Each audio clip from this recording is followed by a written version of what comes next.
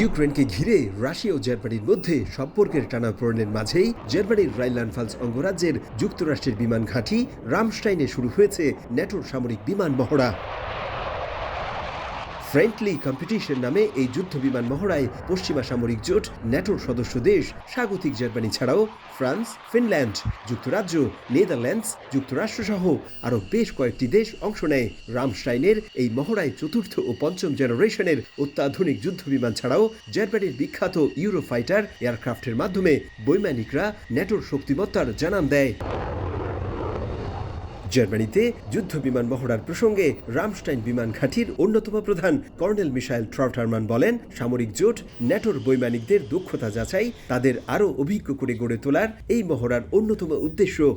নগদে 500 টাকা বা তার বেশি পেমেন্টে পেতে পারেন ঢাকায় জমিসহ 20 কোটি টাকার পুরস্কার। এই মহড়ার মাধ্যমে জানাতে চাই যে আমরা সব ধরনের পরিস্থিতি সামাল দিতে প্রস্তুত। একই সঙ্গে আকাশ প্রতিরক্ষায় ন্যাটোর সদস্য দেশগুলো কতটা শক্তিশালী তার প্রমাণ দেয়া। প্রায় 7 ঘন্টা ব্যাপী এই মহড়ায় ন্যাটোর সদস্য দেশের 30 জনেরও বেশি বৈমানিক অংশ নেয়। সামরিক বিশেষজ্ঞরা বলছেন, মিত্রদের মধ্যে ঐক্য বাড়াতে এবং রাশিয়ার মতো পরাশক্তির সম্ভাব্য হুমকির বিরুদ্ধে শক্তি প্রদর্শনের অংশ হিসেবে এই মহড়ার আয়োজন। জার্মানি থেকে বিটু বড়ুয়া, সময় সংবাদ।